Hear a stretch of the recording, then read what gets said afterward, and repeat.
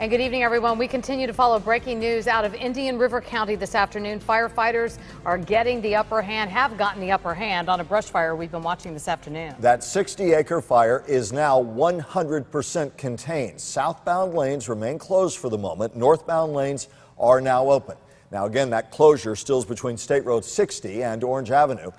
And we'll continue to follow when those lanes reopen. We hope it'll be soon. Exactly. News Channel 5's John Shainman has been out covering the fire all day. Let's check in with him right now. John. Guys, after about 4 hours, you could say we're halfway home. If you look behind me, you can see northbound traffic is finally flowing again. The first vehicles that we saw came this way just about 10 minutes ago. But you can see southbound traffic has yet to come south from the Vero Beach area. You can see there are a couple of state troopers in the distance. Again, they just decided moments ago to reopen northbound traffic, so no longer is traffic being diverted off of Indrio Road.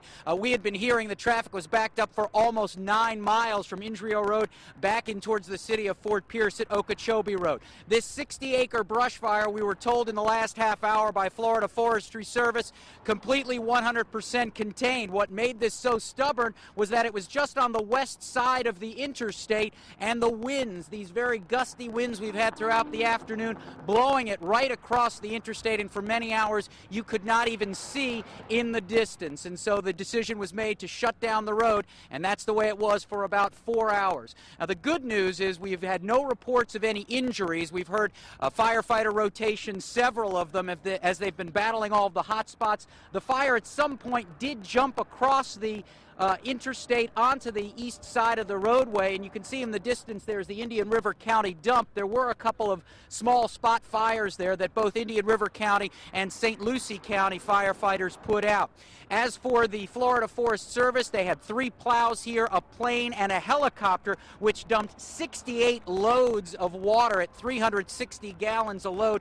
That chopper, though, as we're in brush fire season, has been moved to Florida's west coast to Charlotte County to battle a 300-acre brush fire there. This is the view on the ground here. Northbound traffic still now flowing. Southbound still closed right now. Let's get the view from high above on Chopper 5. Let's turn things over to my colleague, Dan Krauth. Dan.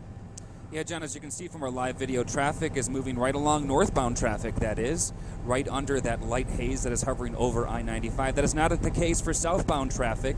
From my vantage point, it is backed up for miles and miles and miles north of this wildfire. Can you imagine what it feels like for those drivers who are parked in I-95, who are seeing the northbound traffic finally moving along, wondering when they can go as well? Still no word on when southbound traffic will open. The smoke has died down a lot, even over the past 20 minutes now. I'm no longer seeing many hot spots, and it's no longer billowing over 95. It's more like hovering over the affected areas. But the winds are still going strong at about 20 miles per hour, according to our knots here on Chapter 5 panel.